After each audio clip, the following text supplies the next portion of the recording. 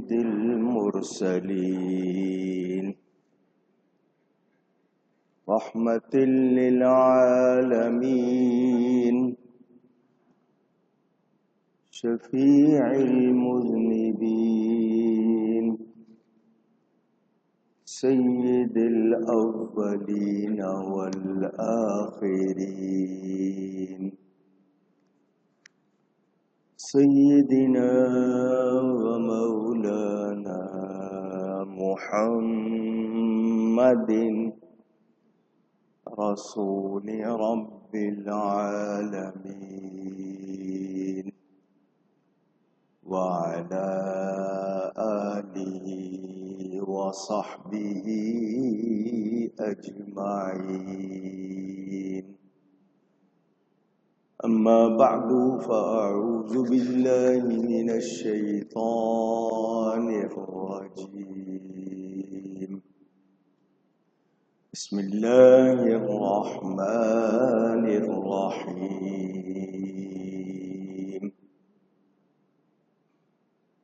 ولقد آتينا لقمان الحكمة أن اشكر لله ومن يشكر فإنما يشكر لنفسه ومن كفر فإن الله غني حميد. صدق الله العلی العظیم. محبت کے ساتھ ایک مرتبہ درود شریف پڑھ لیجیے. اللهم صل على سيدنا ومولانا محمد معدن الجود والكرم وآله وصحبه وبارك وسلم. الصلاة والسلام عليك يا رسول الله. الصلاة والسلام عليك يا حبيب الله. الصلاة والسلام عليك يا رحمة للعالمين وعلى آلك وأصحابك يا شفيع المذنبين.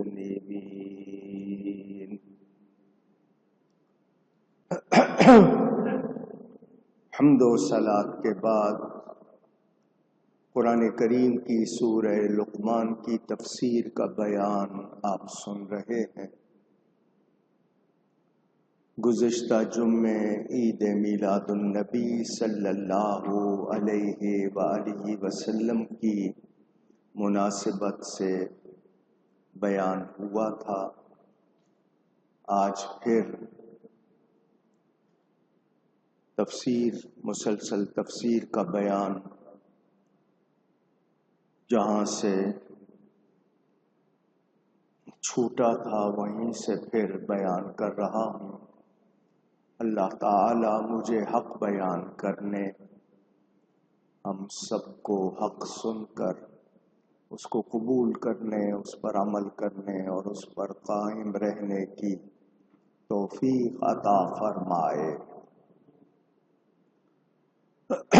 حکمت کا بیان تھا. اللہ فرماتا ہے بے شک ہم نے لقمان کو حکمت عطا فرمائی کہ اللہ کا شکر کر، اور جو شکر کرے وہ اپنے بھلے کو شکر کرتا ہے، اور جو ناشکری کرے تو بے شک اللہ بے پرواہ ہے، سب خوبیاں سراہا ہوا. حکمت کے حوالے سے میں نے کچھ باتیں کی تھی. دانائی ہمیں یہ بتایا گیا کہ حکمت دانائی اللہ تعالی کی عطا ہے، وہ جس کو چاہتا ہے جتنی چاہتا ہے عطا فرماتا ہے۔ حضرت لقمان کے بارے میں یہ بتایا گیا کہ وہ طب، جس کو آج کل میڈیکل سائنس کہتے ہیں، اور حقیقی علم و حکمت کے حکیم تھے۔ بنی اسرائیل میں بہت نیک انسان مشہور تھے۔ خلق خدا کو، مخلوق کو واعظ و نصیحت، بھلائی کی، نیکی کی باتیں، حکمت بھری باتیں سناتے تھے، مگر یہ نہیں بتایا گیا کہ وہ بنی اسرائیل کے کس قبیلے سے تعلق رکھتے تھے۔ بعض لوگوں نے ایسا بیان کیا۔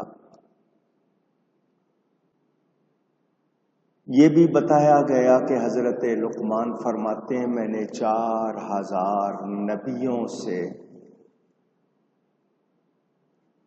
تعلق رکھا، ان کی خدمت کی، اور ان سے میں نے 8 باتیں سیکھی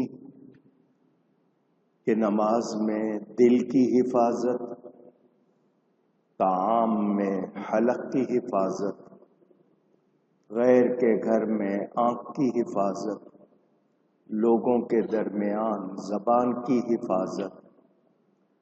2 چیزوں کو یاد کرو، اللہ تعالی کو اور موت کو۔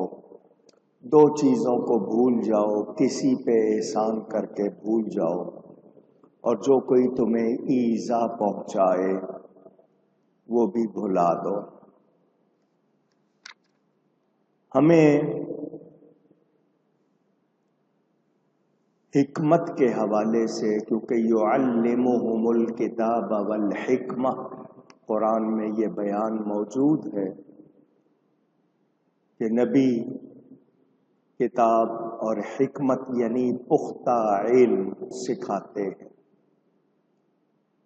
حضرت امام غزالی رحمت اللہ تعالی علیہ فرماتے ہیں جسے تمام اشیاء کی معرفت پہچان کو کہتے ہیں، معرفت حاصل ہو لیکن معرفت الہی سے کورا ہو، اللہ کو نہیں پہچانتا، تو وہ حکیم کہلانے کا حقدار نہیں، اس لیے کہ وہ اجل اور افضل اشیاء کی معرفت سے محروم رہا۔ علم کی بزرگی معلوم کی جلالت شان پر موقوف، اس کو کیا معلوم ہے، کیا جانتا ہے۔ علم تو بہت سے کہلاتے ہیں لیکن وہ کیا جانتا ہے، اللہ تعالی سے اس کا تعلق کتنا ہے۔ اور جو معرفت الہی سے نوازا گیا وہی حقیقت میں حکیم ہے، اگرچہ اس نے مدرسے میں، کالج میں، یونیورسٹی میں نہ پڑھا ہو، رسمی علوم نہ پڑھے ہوں، زبان بھلے سے بہت صاف نہ ہو، بولنے میں قادر الکلام نہ ہو، اور ظاہری طور پر الفاظ کا اس کے پاس بہت ذخیرہ نہ ہو، لیکن جو اللہ کو پہچانتا ہے اس کا کلام نرالا ہوتا ہے، اس لیے کہ وہ اگر ڈیٹیلز، جزئیات پر بظاہر قدرت نہیں رکھتا، مگر اللہ کی عطا سے وہ جو کچھ جانتا اور پہچانتا ہے اسے دنیاوی امور سے واسطہ نہیں ہوتا، بلکہ وہ اللہ تعالی کی طرف ہی اس کا سارا دھیان ہوتا ہے۔ یاد رہے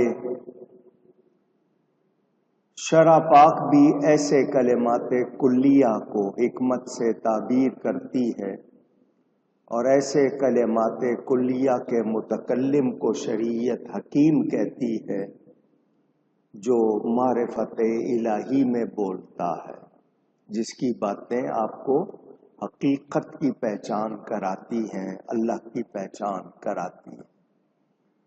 اور رأس الحکمت مخافت اللہ، حکمت کا سرچشمہ، بنیاد، اصل اللہ کا خوف ہے۔ اگر بندے کے اندر صحیح حکمت ہے تو تھوڑی بھی ہو تو بیکار اور فضول امور سے افضل ہے، اعلیٰ ہے۔ اسی لیے صوفیاء، اولیاء یہی فرماتے ہیں، پرہیزگار بن جاؤ، لوگوں میں عابد ترین یعنی بہت زیادہ عبادت کرنے والے پہچانے جاؤ گے، متقی بن جاؤ، اللہ کے شکر گزار بندے مانے جاؤ گے۔ انسان پر سب سے زیادہ بلائیں بولنے کی وجہ سے آتی ہیں، زبان کی وجہ سے۔ جو اپنی زبان پر قابو رکھتا ہے، غلط لفظ نہیں بولتا، بیکار باتیں گوسپ نہیں کرتا، وہ سعادت مند ہے، وہ دوسروں سے عبرت حاصل کرتا ہے۔ اور قناعت، زیادہ کی ہوس نہیں، جو ہے اس پر شکر کرنا، یہ ختم نہ ہونے والا مال ہے، یقین ہی ایمان ہے۔ تو یہ ایسی باتیں حکمت والی ہوتی ہیں۔ صوفیاء کیا کہتے ہیں؟ جس کو حکمت مل گئی، سمجھو اس کی زبان پر رب تعالی کی طرف سے کلمات جاری ہوتے ہیں۔ جیسے کہ مولانا روم نے کہا نا کہ گفتائے او گفتائے اللہ بود، گرچہ از حلقو میں عبداللہ بود۔ ان کا بولنا اللہ کا بولنا ہے، بھلے حلق بندے کا ہے مگر بولنے والا خدا ہوتا ہے۔ خلاصہ یہ ہوا کہ حکمت اللہ کی عطا ہے، جو صرف اللہ کے پیاروں کو، ولیوں کو نصیب ہوتی ہے۔ وہی عطیہ ربانی ہے، وہ صرف انبیاء کے لیے ہے۔ یہ کسبی نہیں ہے حکمت، نبوت بھی کسبی نہیں ہے، کوئی کتنی عبادت کر لے نبی نہیں بن سکتا۔ اسی طرح حکمت بھی اللہ کی عطا ہے، جس کے لیے اللہ تعالی چاہتا ہے اسے عطا کرتا ہے۔ فرق کیا ہے؟ نبوت کسی طرح حاصل نہیں ہو سکتی، لیکن حکمت میں بندہ جد و جہد کرتا ہے، کوشش کرتا ہے، محنت کرتا ہے، وہ قرآن و حدیث کی باتوں کو مانتا، عمل کرتا ہے، پھر اس کے اندر درجہ بدرجہ یہ صلاحیت آ جاتی ہے۔ یہ کہا گیا کہ جو بندہ 40 دن اللہ کے ساتھ خالص ہو جائے تو اللہ تعالی اس کے دل میں حکمت کے چشمے اگاتا ہے، جن کا ظہور اس کے دل سے ہوتا ہے۔ وہ جو شاعر نے کہا تھا نا، لب پہ آتی ہے بات دل سے حفیظ، کوئی شاعر ہے، اس نے کہا لب پہ آتی ہے بات دل سے حفیظ، بات دل میں کہاں سے آتی ہے۔ تو اللہ تعالی جس کا دل روشن کر دے، پھر اس کے دل میں اچھی باتیں آتی ہیں۔ یہ جو قلب ہے نا، دل، بس اس کو صاف ہونا چاہیے، یہ حکمت کا مرکز بن جاتا ہے۔ اللہ فرماتا ہے بے شک ہم نے لقمان کو حکمت عطا فرمائی،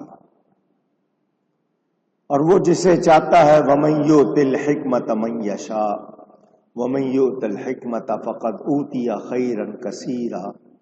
اللہ جسے چاہتا ہے حکمت عطا فرماتا ہے، اور جو حکمت دیا جاتا ہے وہ خیر کثیر دیا جاتا ہے۔ ہمارے ہاں یونانی علاج کرنے والوں کو حکیم کہتے ہیں۔ حکیم بھی دانا شخص، سمجھدار شخص کو کہتے ہیں، مگر میں جس حکمت کی بات کر رہا ہوں اس سے مراد وہ حکیم نہیں، ان کو ویسے طبیب کہنا چاہیے لیکن لوگ حکیم کہہ دیتے ہیں۔ تو یاد رہے کہ یہ حکمت رب کی عطا ہے، اس میں کسب کا کوئی تعلق نہیں۔ اللہ تعالی فکر سلیم جس کو دے دے اس کے وہم و خیال میں بھی بھلائی آ جاتی ہے۔ ہم لوگ غلط باتوں سے محفوظ رہیں، غلط سوچوں سے محفوظ رہیں تو یہ رب تعالی کی عطا ہوتی ہے۔